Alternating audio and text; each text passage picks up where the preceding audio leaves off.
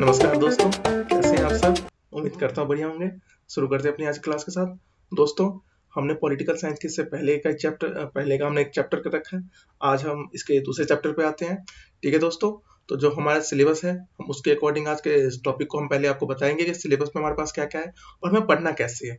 ठीक है? इसके बाद मैं आपको इन सभी चीज़ों के बारे में बारीकी से बताऊँगा। इसके साथ-साथ हम आज का ये चैप्टर भी खत्म कर लेंगे और छोटा-सा सिलेबस है हमारा, वो भी मैं आपको समझा दूँगा। तो सिलेबस से ना तो हमें बाहर जाना है और ना तो हमें सिलेबस के अंदर आना है। हमें उतना ही पढ़ना है जितना हमारे पास सिलेबस में दे रखा है। न्यू एजुकेशन पॉलिसी के हिसाब से, न्यू एजुकेशन पॉलिसी जो 2020 है, उसके हिसाब से हमारे पास सिलेबस दे रखा है और हमें सिर्फ़ और सिर्फ़ उसी सिलेबस के इर्द-गिर्द ही घूमना है। हमें ना उस सिलेबस से ऊपर जाना है, ना उस सिलेबस के बाहर जाना है। ठीक है दोस्तों? तो शुरू करते हैं अपने चैप्टर्स को। देखिए, हमारा नया उसका जो पीपीटी है, तैयार है। अब देखिए, जो पहले मैं आपको ये बताता हूँ। देखिए, जो हमारे पास ये जो एमसीक्यू हमारे पास जो मॉड्यूल्स हैं, हमारे पास टोटल कितने मॉड्यूल्स हैं? टोटल हमारे पास 7 मॉड्यूल्स हैं। ठीक है? मैंने आपको कल मतलब पिछली क्लास में मैंने आपको मॉड्यूल्स 1 के बारे में पढ़ाया था। मॉड्यूल 1 में मैंने आपको चैप्टर 1 पढ़ाया था। ठीक है? मैं आपको बता दूं कि पहले तो ये टीएमए का हिस्सा है, यानी कि इसको मैं पढ़ने की जरूरत नहीं थी, लेकिन फिर भी मैंने इसको आपको इसलिए पढ़ाया क्योंकि ताकि आपको थोड़ी इन्फॉर्मेशन मिल सके पॉलिटिकल साइंस के बारे में कि पॉलिटिकल साइंस क्या है। ठीक है? हमने उस इन्फॉर्मेशन को ले लिया है। अब आगे चलते हैं। देखिए, आज हम क्या करेंगे, जो हमारे पास लेसन 3 है और लेसन 4 है, इन दोनों को हमें पढ़ना है। लेकिन हमें पढ़ना क्या है, सिर्फ लेसन 3 हमें पढ़ेंगे आज। ठीक है? ताकि हमारे पास एक टॉपिक खत्म हो जाए। ठीक है? और हमारे पास टोटल 7 शेड्यूल्स है, तो हम धीरे धीरे इन सभी शेड्यूल्स को अपने सामने लेकर के आएंगे। ठीक है दोस्तों, आइए शुरू करते हैं। माफ कीजिएगा इसके। जी तो दोस्तों, आइए शुरू करते हैं। तो मैंने आपको सिलेबस बता दिया कि हमें सिलेबस में क्या-क्या पढ़ना है। ठीक है? आइए हम स्टार्ट करते हैं। देखिए, आज हमारा टॉपिक, हमारा जो सिलेबस है, वो सिलेबस 3 का है, चैप्टर 3 है। चैप्टर 3 में हमें पढ़ना है समाज के बारे में, हमें पढ़ना है राष्ट्र के बारे में, हमें पढ़ना है राज्य के बारे में और सरकार के बारे में। ठीक है? यही हमारा टॉपिक है। और हमारे पास जो स्रोत है, हमारे पास जो सोर्स है उन चीज़ों को पढ़ने का, वो है एनआईओएस के नोट्स, हमारे पास एनसीईआरटी की किताबों के नोट्स और मेरे जो यूपीएससी के कुछ पर्सनल नोट्स थे, वो भी मैंने इसके अंदर मर्ज कर दिया है। तो आप बेफिक्र रहें, आपको ये तीनों का जो कंबाइंड है वो यहीं मिल जाएगा, तो आपको बाहर जाने की कोई जरूरत नहीं है। ठीक है? आगे चलते हैं। देखिए, सबसे पहले इस चैप्टर के अंदर हम पढ़ेंगे क्या-क्या। हम पढ़ेंगे राज्य और समाज के बारे में, राज्य और समाज के बीच में क्या-क्या अंतर है उनके बारे में।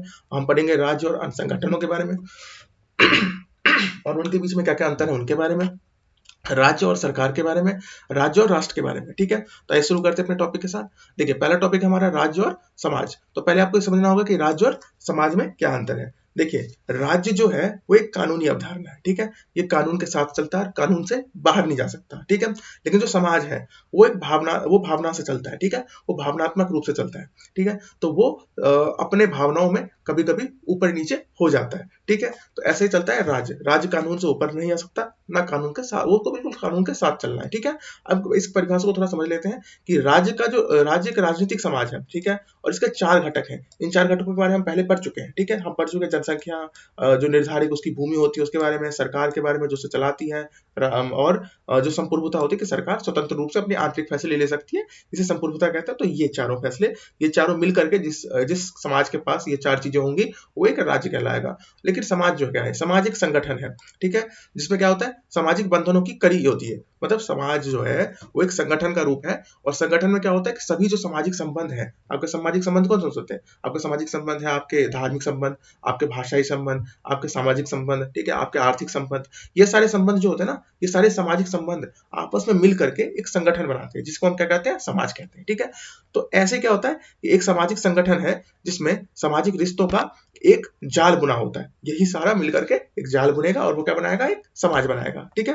आप समझ गए राज्य में क्या अंतर है और समाज में क्या अंतर है। तो राज्य एक कानूनी अवधारणा और समाजिक भावना से चलता है। तो भावनात्मक अवधारणा है जो सामाजिक संगठनों के माध्यम से, सामाजिक बंधनों के माध्यम से एक दूसरे से जुड़ा हुआ है। ठीक है? आगे चलते हैं। देखिए, सामाजिक जो राज्य है और समाज है, उसमें भेद की बात करते हैं। तो भेद क्यों जरूरी है? देखिए, राज्य और समाज दोनों में अंतर करना इसलिए जरूरी है क्योंकि ये हमारी स्वतंत्रता के लिए खतरा बनेगा। अगर मान लीजिए इनके बीच में अगर अंतर ना हो, मतलब राज्य को अगर खुली छूट मिल जाए और समाज के ऊपर भी खुली छूट मिल जाए, तो क्या होगा?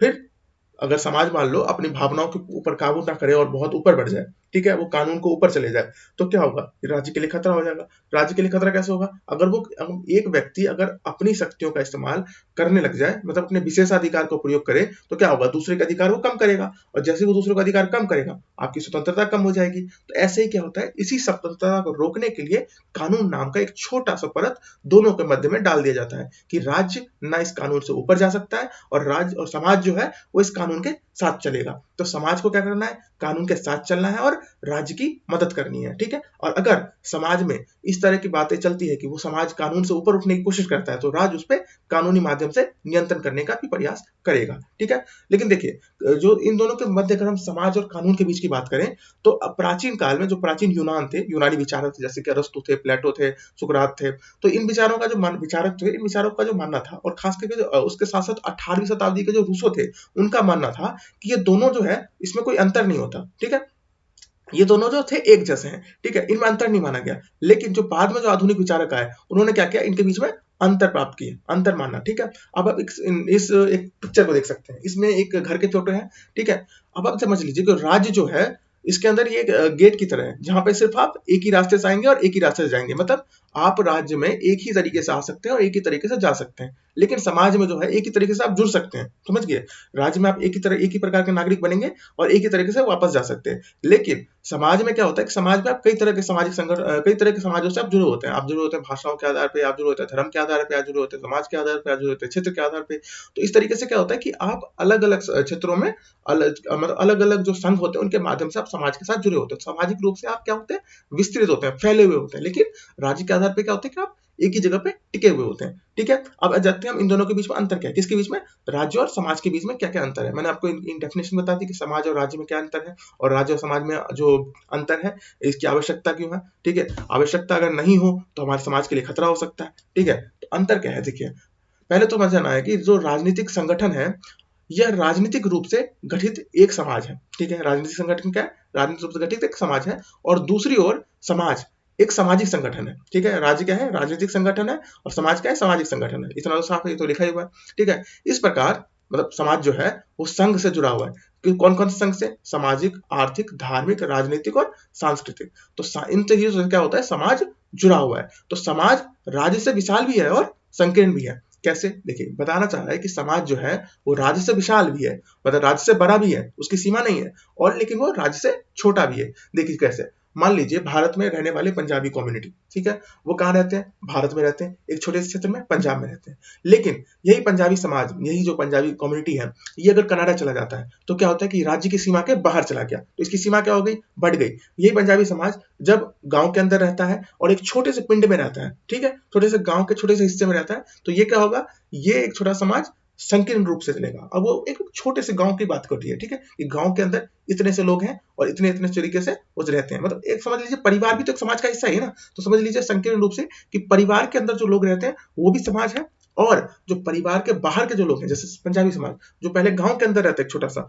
तो वो क्या है, वो भी समाज है। लेकिन उसका क्या है, एक विस्तृत दायरा अगर वो बढ़ जाता है, अगर वो गांव से बाहर चला जाता है, वो कनाडा चला जाता है, तो वो क्या हो गया, उसका जो राज्य की अवधारणा थी, राज्य की सीमा से वो बाहर चला गया, तो अब वो राज्य की सीमा से बाहर भी जा सकता है, ठीक है। तो राज्य सीमा के अंदर भी है और राज्य की सीमा से बाहर भी है। दूसरा क्या है, क्या उसकी उत्पत्ति, ठीक है, क्या अंतर है, पहले हमने समझ लिया कि इनकी जो विशालता और समाज के बारे में, ठीक है। दूसरा इसकी उत्पत्ति के बारे में, देखिए, समाज की जो उत्पत्ति होती है वो राज्य से पहले हुई है। कैसे, देखिए, बहुत सारे विचारकों ने अपनी किताबों में भी इस बात का वर्णन किया है कि राज्य की उत्पत्ति तब हुई, पहले समाज बन गया था। हमने जैसे अपने विचारों में देखा कि सबसे पहले मानव जो था वो सामाजिक रूप से, जो नवपाषाण काल में, वो क्या होता है कि सामाजिक रूप से आपस में जुड़ने लग जाता है। जब वो देखता है कि सामाजिक रूप से जो सामाजिक रूप से लोग आपस में जुड़ गए, तो इनको नियंत्रण करने के लिए हमें कानून व्यवस्था की जरूरत है। तो कानून व्यवस्था की जब निर्माण होगा तो उसके साथ ही राज्य का निर्माण होगा, क्योंकि राज्य भी कानून से ही चलता है, ठीक है, समझ गए।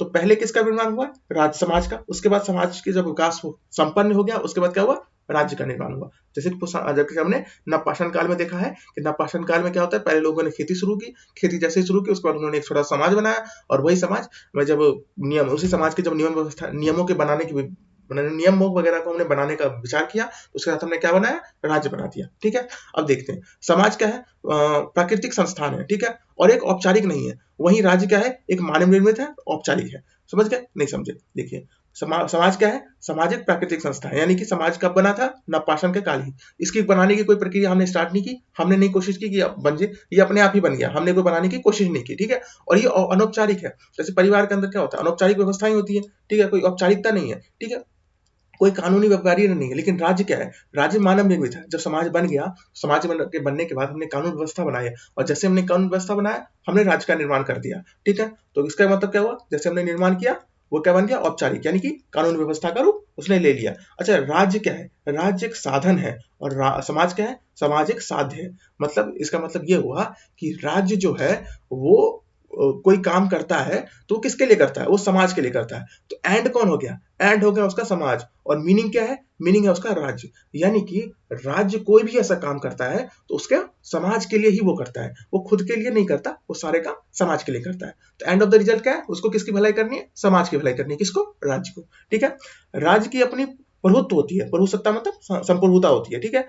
और वो संप्रभुता के बिना राज्य नहीं चल सकता, जाहिर सी बात है। राज्य के कई आंतरिक फैसले होते हैं जो राज्य खुद ही लेता है, लेकिन समाज में ऐसा कोई नहीं होता। समाज में संप्रभुता नहीं होती, ठीक है, कि राज्य कि बिना दबाव के वो काम करे। समाज जो होता है कई बार कई तरह के दबाव के कारण उसे झुकना पड़ता है, और वो झुकता भी है, ठीक है। समाज का काम ही है, क्योंकि वो समय के साथ झुके, ठीक है, समाज के साथ अपने आप को परिवर्तन करे, ये समाज का काम होता है। और ये समाज करती भी आ रही है। समाज जो है नवपाषाण काल से लेके अब तक के समय में समाज ने कई बार अपने आप को पलटा है, कई बार अपने आप को बदला है। तो वो अपने आंतरिक मामलों में हस्तक्षेप को स्वीकार भी करती है और उसने बदला भी है, ठीक है। तो ये समझ गए संप्रभुता के बारे में। अब देखिए, राज्य की क्या होती है? एक निश्चित भूभाग होता है, ठीक है। जैसे कि मैंने बताया, राज्य की क्या होनी चाहिए? एक निश्चित भूभाग होना चाहिए। लेकिन समाज की क्या है? समाज की कोई निश्चित भूभाग है ही नहीं। जैसे कि कुछ कुछ पंजाब के लोग कहाँ रहते हैं? कुछ लोग पंजाब में रहते हैं, और कुछ लोग क्या करते हैं? पंजाब से बाहर कनाडा में रहते हैं। तो इनके बीच में क्या हुआ? राज्य की इनकी सीमा तो है नहीं, तो भूमि की कोई सीमा नहीं है समाज की। वो समाज भी पंजाबी समाज है, ये समाज भी पंजाबी समाज है। तो समझ गए? इसी तरीके से क्या होता है कि राज्य के नियम जो होते हैं वो लिखित होते हैं, निश्चित होते हैं और स्पष्ट होते हैं, समझ गए? राज्य के पास क्या होता है? कानून व्यवस्था होती है, और कानून व्यवस्था हमेशा लिखी हुई होती है। लेकिन जो समाज के पास जो नियम होते हैं वो लिखित नहीं होते, क्योंकि जाहिर सी बात है, ये समाज के जो नियम होते हैं और ये लिखित नहीं है, तो जब से इनके लिखित नहीं है तो ये बाध्यकारी भी नहीं होंगे। जबकि राज्य के नियम क्या हो गए? राज्य के नियम लिखित होते हैं, ये बाध्यकारी होते हैं, ठीक है। इसके अंतर्गत, इनके अंतरों के बावजूद समाज और राज्य का एक संबंध है, बिल्कुल संबंध है। कैसे संबंध नहीं है? देखो, मैंने पहले बताया कि राज्य क्या है? राज्य एक साधन है, और समाज क्या है? समाज एक साध्य है। यानी कि एंड ऑफ द डे उसको, राज्य को समाज के लिए ही काम करना है। तो सामाजिक आचरण एवं समाज की संरचना राज्य के नियम के अनुकूल होनी चाहिए, ठीक है। वहीं दूसरी तरफ राज्य को भी समाज की इच्छा के प्रति संवेदनशील होना चाहिए। समझ गए? इन दोनों को हमने समझ लिया। अगले पर चलते हैं। अगला है राज्य और अन्य संगठनों के बारे में हम पढ़ेंगे, ठीक है। जो संगठित लोगों का वो समूह, सबसे पहले जानते हैं कि संगठन क्या होता है। संगठन होता है कि लोगों का वो समूह होता है जो उनके सामूहिक प्रयासों द्वारा एक लक्ष्य की प्राप्ति करते हैं। देखिए, कुछ नहीं है, सिंपल से संबंध है कि जो संगठन है वो क्या है? लोगों का एक समूह है जो मिल बांट करके किसी एक लक्ष्य की प्राप्ति करने के लिए सामूहिक रूप से प्रयास करता है। एक लक्ष्य है, उसको प्राप्त करना है, उसके लिए लोग आपस में मिल बांट करके काम करेंगे। यही क्या है? संगठन है। इसी को एनजीओ भी कहते हैं, नॉन गवर्नमेंटल ऑर्गेनाइजेशन, ठीक है।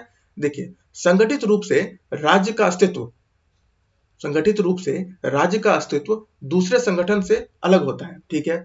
इन संगठनों के निम्नलिखित प्रक्रिया है, मतलब निम्नलिखित वर्णन तरीके से इसको किया जाता है। इसका वर्णन क्या करते हैं? देखिए, राज्य और जो हमारे पास संगठन है, इनके बीच में किस तरीके से अंतर है, इसके बारे में हम यहाँ पे पढ़ने का प्रयास करते हैं। हमारे पास ये सिर्फ 5 पॉइंट्स है। इन्हीं 5 पॉइंट्स को मैं आपको समझाता हूँ। देखिए, सदस्यता। पहले तो सदस्यता क्या होती है कि राज्य जो होता है, राज्य के जो सदस्य होते हैं कंपलसरी होता है। आप ये नहीं कहेंगे कि आप इसके सदस्य नहीं बनेंगे, आपको राज्य का सदस्य बनना ही पड़ेगा, तभी आपको राजनीतिक अधिकार मिलेगा, ठीक है। तो राज्य का सदस्य अनिवार्य है। जबकि समाज का संगठन, अगर आप किसी सामाजिक संगठन का जो सदस्य बनते हैं तो उसके लिए आपकी अनिवार्यता नहीं है। आप सब किसी भी समाज का संगठन, कई व्यक्ति हमारे देश में जो किसी भी सामाजिक संगठन से नहीं जुड़े हुए, ठीक है, तो तब भी वो देश के नागरिक तो है ही। तो राज्य के क्या है? राज्य का जो सदस्य बनना है वो अनिवार्य है, लेकिन सामाजिक संगठन का सदस्य बनना अनिवार्य नहीं है। सीमाएं, राज्य की अपनी एक सीमा होती है और समाज की अपनी कोई सीमा नहीं होती। मैंने पिछले एग्जांपल से आपको समझा दिया कि पंजाबी कम्युनिटी जो पंजाब में रहती है, पंजाबी कम्युनिटी जो कनाडा में रहती है, उनकी कोई सीमा नहीं है, ठीक है। उद्देश्य क्या है? राज्य का उद्देश्य क्या होता है? हमेशा से कानून व्यवस्था को बनाए रखना, क्योंकि कानून की निर्माण के लिए, कानून का प्रचार करने के लिए, कानून के लिए ही राज्य का निर्माण किया गया है, ठीक है। लेकिन जो सामाजिक संगठन होता है उसका निर्माण क्या होता है?